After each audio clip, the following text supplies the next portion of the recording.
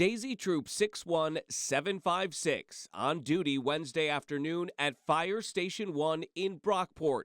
The troop hosting a bottle drive. The community is coming out and dropping off of all of their bottles and cans. We have upstate bottle return coming. They are helping us collect all the bottles and giving us 6 cents a bottle. These Girl Scouts rallying together after fire devastated the Morgan Manning house earlier this month. It feels really good. Why does it feel good to do that? Because it burned down, and it feels really good because you're helping your community.